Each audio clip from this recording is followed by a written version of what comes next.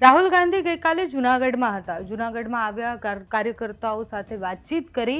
એ જે બેઠક હતી એ બેઠકમાં મલ્લિકાર્જુન ખડગે અને બહુ જ બધા લોકોએ કાર્યકર્તાઓને ગુજરાત વિશેની વાત કરી, 2027ના વિઝન વિશે વાત કરી અને સાથે જ વોટ ચોર ગાદી છોડના નારા સાથે રાહુલ ગાંધી ગુજરાતમાં પ્રવેશ્યા. એટલે આવતાની સાથે જ એમને જ્યારે સૌથી પહેલો સવાલ પૂછવામાં આવ્યો ત્યારે એમણે એવું કહ્યું કે મુદ્દો તો મુખ્ય એ જ છે, વોટ ચોર ગાદી છોડ, અને એ જ મુદ્દો ચાલવાનો છે.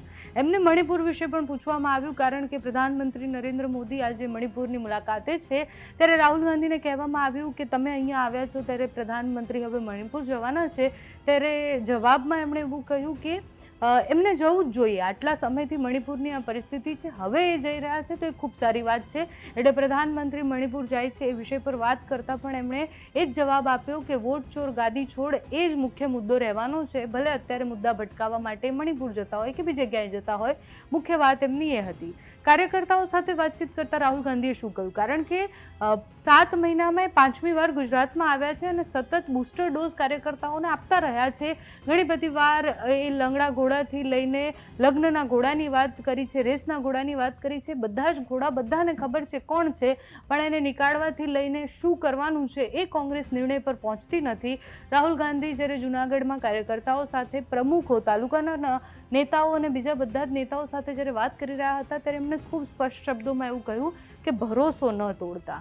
આ ભરોસો ન તોડતા એ વાત એટલા માટે છે કારણ કે રાહુલ ગાંધીએ અનેકવાર એવું કહ્યું છે કે મને ખબર છે કે કેટલા લોકો એવા છે કે જે ભારતીય જનતા પાર્ટી સાથે અંદરખાને જોડાયેલા છે. એવા કેટલા બધા નેતાઓ છે જે લંગડા ઘોડા બનીને બેઠા છે, એટલે જે રિટાયર્ડ છે પણ પોતાનું ચલાવ્યા રાખે છે.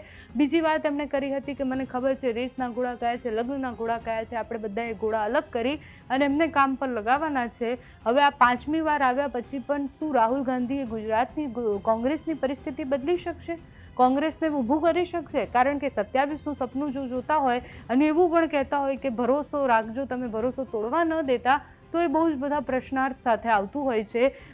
ભારતીય જનતા પાર્ટીની સામે કોંગ્રેસ લડે અને કોંગ્રેસ ન જીતે અને કોંગ્રેસના ઉમેદવારો કેમ કાચા પડે છે એનું સૌથી મોટું કારણ એ પણ છે કે અંદરનો વિખવાદ, એક બીજાના પગ ખેંચવા, કોઈ નેતા વધારે સારું કામ કરે છે તો એને ન કરવા દેવું, એને પદ ન મળવા દેવું, અને પછી અંદરના વિખવાદ અને ભારતીય જનતા પાર્ટીના બીજા નેતાઓ સાથેના સેટિંગના કારણે કોંગ્રેસની પરિસ્થિતિ અત્યારે આ છે. રાહુલ ગાંધીને બધી જ ખબર છે. મલ્લિકાર્જુન ખડગે અને કેસી વેણુગોપાલે પણ ગઈકાલે એવું કહ્યું કે જે નેતાઓ એબસન્ટ રહે છે એમને પણ અલ્ટિમેટમ આપવામાં આવ્યું છે કે આટલા સમયમાં તમારે કે તમે કેટલા કામ કરો છો, શું કરો છો, એ બધું જ તમારે જણાવવું પડશે.